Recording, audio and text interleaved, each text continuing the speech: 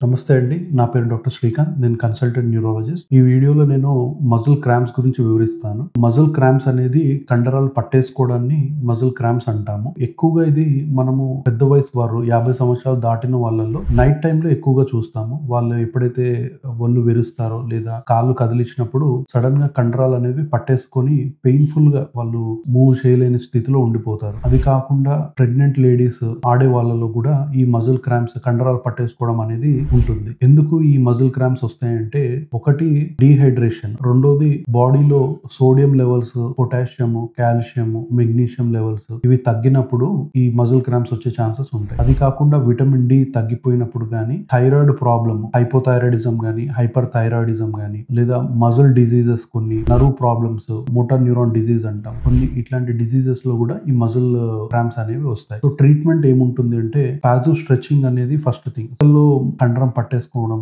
Immediate గా చేయాల్సింది ఏంటంటే మన ఏదైతే పాదం ఉంటుందో దాన్ని ఇట్లా పాసివ్ స్ట్రెచ్ చేయడం, అంటే పైకి లాగా లేపినప్పుడు ఆ కండరము కొంచెం రిలాక్స్ అవ్వడము, పెయిన్ అనేది తగ్గడం జరుగుతుంది. ఇది కాకుండా ప్రాపర్ గా హైడ్రేషన్, వాటర్ మినిమం 3 లీటర్స్ తీసుకోవడము, డెఫిషియన్సీస్ ఏమైనా ఉంటే విటమిన్ డి డెఫిషియన్సీస్ గానీ, కాల్షియం డెఫిషియన్సీస్ గానీ ఏమైనా ఉంటే దాన్ని సరి చేసుకోవడము. ఇది కాకుండా కొన్ని సప్లిమెంట్స్, విటమిన్ డి సప్లిమెంట్స్ కానీ, మెగ్నీషియం రైబోఫ్లావిన్ సప్లిమెంట్స్ కానీ హెల్ప్ చేస్తాయి. నమస్తే.